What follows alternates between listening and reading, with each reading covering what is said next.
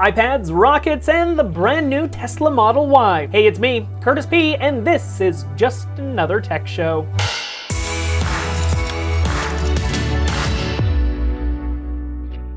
Starting off the week of news here, Elon Musk has announced that the brand new Model Y, the Tesla upcoming SUV crossover, is ready for production. But we won't see that production until around 2020. Elon stated this week that he had approved the final prototype of the upcoming Model Y, which will look similar to the Model 3. It'll be built on a very similar framework here, but it'll be more of an electric crossover SUV. Think a smaller version of that Model X, except it probably won't have those Falcon doors on the back. We may see the new Model Y announced as early as spring 2019, but it won't go into production until around 2020.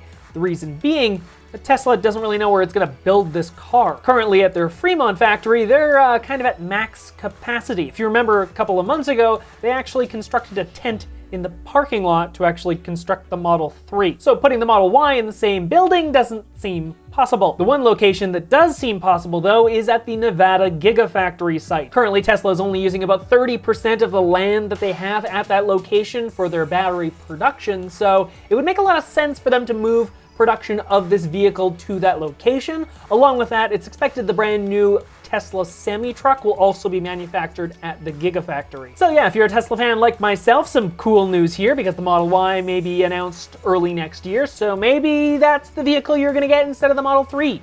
Who knows? Though with the prices on the projected Model Y, I have a feeling I'm going to be sticking with that Model 3. But keeping with news around electric vehicles here, Faraday Future is back in the news, but not for a good reason. They haven't been in the news for a good reason for a long time. It was announced this week that Faraday Future's Senior Vice President of Global Manufacturing, Dag Reckhorn, has resigned. This is a pretty big hit to the company because the same guy that was developing their car and their manufacturing process was the one who worked on Tesla's Model S. And if you know anything about Tesla, you'll know that the Tesla Model S was really the company's big breakout product. So to have someone like that on staff was a pretty big deal, except now when the guy is resigning. And it's not only him, but the other 5 founding members of Faraday Future have all left within the past couple of years. So yeah, definitely not a good sign for the company here. Along with that, there's also a number of layoffs that are going on at Faraday Future, along with salary cuts, and there's even a rumor that going around inside of the company, there is sort of a bailout employee package that's being put together. Basically like an emergency fund. Like if the company goes bankrupt, there'll be some money left over to actually pay the employees. So hearing they're putting that together doesn't really bode well for the company. Personally, my perspective on all of this, I'm not surprised in the least. Faraday Future really sort of came onto the stage looking like, hey, that's gonna be the Tesla killer. But if you know anything about the world of technology and the so-called killers, they never really kill anything. They sometimes kill themselves. And it appears that's what Faraday Future is doing here. So my thoughts in the next year, I have a feeling they might not even be around in 2020. But hey, that's just me. Let me know in the comment section down below. What do you think about Faraday Future? Do you even know who they are? Let me know down below. Moving from the world of electric vehicles into the world of space, everybody. Yes, space. We love space here. Some new video has been released from the Russian Space Agency that shows the booster separation from that recent Soyuz launch and how exactly it went wrong. Just as I originally suspected, about 1.5 minutes after takeoff here, you can actually see the booster separation doesn't go as planned. The booster on the side of the rocket actually stays attached here, and then it throws the rocket's balance all out of joint. Now, as soon as that happened, the astronauts, of course, initiated an emergency landing, and their crew capsule separated from the rocket and then landed back on Earth. Luckily, everyone was safe and sound, so that's the good thing here. The bad thing is, what exactly went wrong with that booster separation? Now, normally the booster separated in what's called a Korolev cross, though I'm probably mispronouncing it, but it's a beautiful separation. It's this perfectly symmetrical separation of the boosters of the Soyuz. And usually what happens is the bottom of the booster kind of separates first, and then the top part is pushed away, so they kind of flip out and then away. But this time it appears the booster just got pushed away, but then it still was stuck at the top, and then it just like ripped apart and sent the rocket kind of careening out of control. So currently, until the Russians actually figure out what piece was actually the problem here, the Soyuz rocket launches are grounded until further notice, which again, like I said last time, is a problem because the Soyuz is the only way to get astronauts from the Earth into space. It's the only platform that humankind has right now. So yeah, hopefully the Russians actually figure that out, get it all up and running soon enough so we can get astronauts back up to the ISS. As for the astronauts still up at the ISS right now, no word as to what's going to happen with them, because last time I talked about this, we had said that the Soyuz that's currently docked with the International Space Station, it's kind of running out of time. It can only be up there for around 200 and some days, and that is coming up very quickly. So the current crew that's up there might actually have to get on board of that Soyuz and come back to Earth, leaving the International Space Station without any crew, which would be okay for a short amount of time, but if that time sort of stretches, parts of the actual ISS could start malfunctioning and the ship could actually drift out of its normal orbit. So yeah, definitely something we don't want to happen. Into the world of drones here, as DJI has released the Mavic 2 Enterprise version. So now you can use the Mavic but for industrial purposes. The brand new Mavic 2 features 3 interesting new accessories: a 2400 lumen spotlight, a 100 decibel speaker, or a flashing strobe light. So you can swap the pieces on and off of the drone as you need them, or for whatever application you actually need it for. Another interesting addition here is the fact that the drone actually has a self-heating battery, which is kind of cool. You'll see this on the larger drones that DJI sells, like the Inspire 2 has like self-heating batteries, which is really cool, but for the smaller line, this is the first time we've seen it on a drone this size. Along with that, DJI also has a larger capacity inside for built-in storage, up to about 24 gigs now, and there's a password-protected system built into it. So even if an employee gets a handle on the drone and the controller, they would need the password to actually fly it. From drones to phones, everybody, let's talk about the folding smartphone that's taking everyone by storm in China. The Chinese company Royale has announced the FlexiPad, and they're calling it the world's first folding smartphone. The device is a tablet-sized Android smartphone which can fold into about the size of a paperback book. Now, pre-orders for the phone have already started in China, and it's expected to be released in December.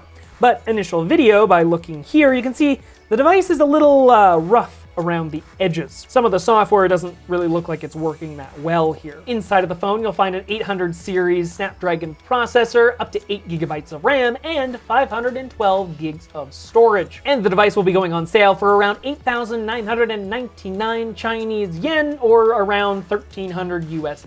So it's definitely not the cheapest phone in the world, especially considering Samsung might also be coming out with a folding phone in the future, so it could be not that good for this company. So yeah, even though this phone is a little expensive and of course the software is a little sketchy, this is definitely the way of the future for smartphones. A device that can fit in your pocket, but you can fold it out and it has the screen size of a tablet. Yeah, that's what I want. So we'll see. This phone looks a little sketchy, but maybe when Samsung announces theirs, it'll be a little bit more refined. Keeping with the smartphone news here, Pixel 3 XL users already have that beautiful notch on the top, but how about a notch on the side? Yeah, that's the hot new thing. You don't want a top notch, you want that side notch. So if you thought the one notch on the top of the smartphone was a bad idea, well now some Pixel 3 users are experiencing another digital notch on the side. It's an odd software glitch which shows up on some Pixel 3 XL devices where a virtual notch is showing up right on the side of the screen here. Now, usually it just disappears after a couple of moments, but in some cases you will actually need to restart your phone to make it go away. So if you're a Pixel 3 XL user, well, look out because the ghost notch might be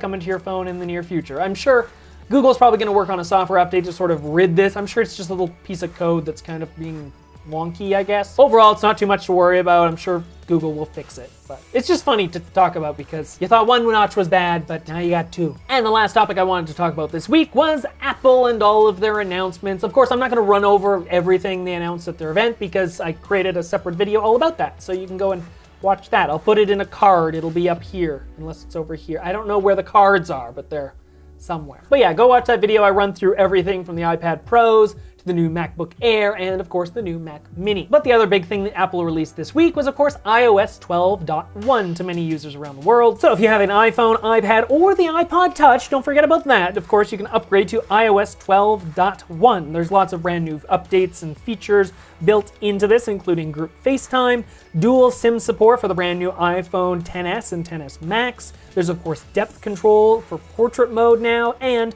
don't forget about it, some brand new emojis. Oh, also if you have a brand new iPhone and you got that beauty gate situation going on, yeah, apparently this now fixes that. So your skin isn't gonna look so soft anymore, is it? Unless you, of course, you know, apply a filter. You can always apply filters, apply multiple filters. It always makes it look better. But some interesting news surrounding the developer community here. It looks like Apple may be forcing developers to adapt to the brand new iPhones and iPads, at least by March, because if they don't, well, maybe their app will get pulled from the App Store. Apple has announced that they're laying down a pretty strict rule for developers here. Have your app support the brand new iPads and the iPhone XS Max by March, or you'll face consequences. The main reason for all of this is the issue with the loss of home button on the brand new iPad Pros. Because they took the home button away, they now have the home gesture area on the bottom, so now your app needs to kind of have like that dead space at the bottom. You'll notice this if you're using like an iPhone X, there's sort of this area underneath here that like is kind of dead. It's blurry, I'm sorry, but like there's nothing under here for like UI because of the button. So now on the iPad Pros, you gotta have the same thing, but some apps, of course, are going to take a longer time to support this. So Apple doesn't want that. They want apps to upgrade as quick as possible here to work with the brand new iPad Pros. And of course, to go along with that, with the new iPhone XS Max, they want apps to actually use the bigger screen properly. Don't just blow up your app to fit the screen here. It better have some more like content on that screen. Otherwise, like, what's the point? Overall, it's kind of an interesting move by Apple here. They're basically forcing developers to like get in line and upgrade your apps. Otherwise, something bad might happen. Now, most app developers are going to update their apps anyway. That's just kind of how it works. A lot of app developers, you know, it takes a week or two to sort of upgrade and make everything work with the newest products. But there are some app developers that seem to take their time. I'm looking at you, Google, because good Lord, Google Apps, Google Docs, all that sort of stuff, seems to take forever for you to support new things. I swear that they just started supporting like drag and drop on the iPad Pro, so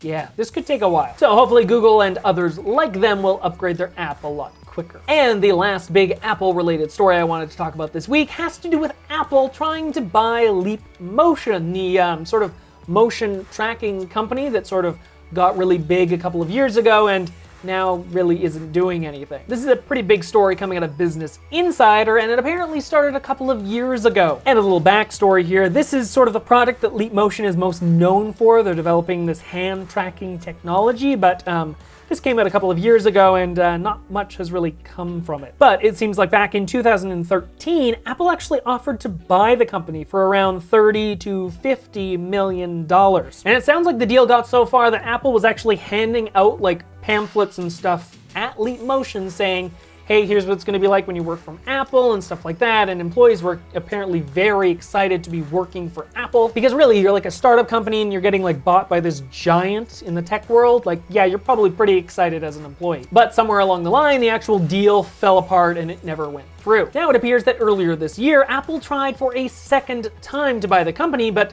this time it didn't get as far as the first time, and maybe that's because of the actual founders of Leap Motion. Apparently they have some pretty strong feelings about Apple, and even in one meeting with an Apple representative stated that their tech just plain out sucked, going on to actually praise Android instead of the iPhone, and even behind closed doors, according to the employees at Leap, Holtz even said that Apple was the devil. So those are some pretty strong words from the founder of Leap Motion. So even though it looks like Apple won't be able to buy Leap, that won't stop Apple from working on the project, which this probably would have worked with. That being, of course, their new AR glasses, which haven't been announced yet, but are pretty heavily rumored. Because if you look at it, like, what could Apple be doing with all this AR stuff? Also, they keep filing patents for some sort of smart eyeglass technology. So yeah, it seems to make a lot of sense, right? Like, this sort of like hand tracking would have worked great for Apple's glasses, but without it, I'm sure Apple will find a way to do a very similar thing. It would have just been faster if they would have bought Leap Motion. And from the Leap Motion side, I just don't understand it. Like, Apple, this trillion-dollar company, comes knocking at your door. I just don't see why you would want to turn them down. And not only that, but like completely like discredit them as a company. I get it, you might not like them, but like,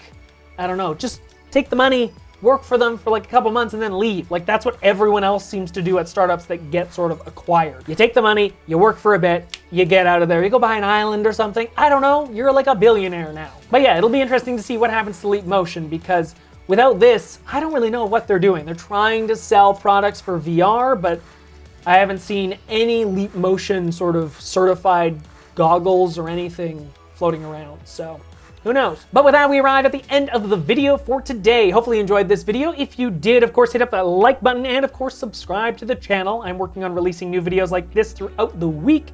new news videos every week. So yeah, tune back in next Friday. So until then, I'm Curtis Paradis. Hopefully you have yourself a great weekend, and I'll see you right back here next Friday.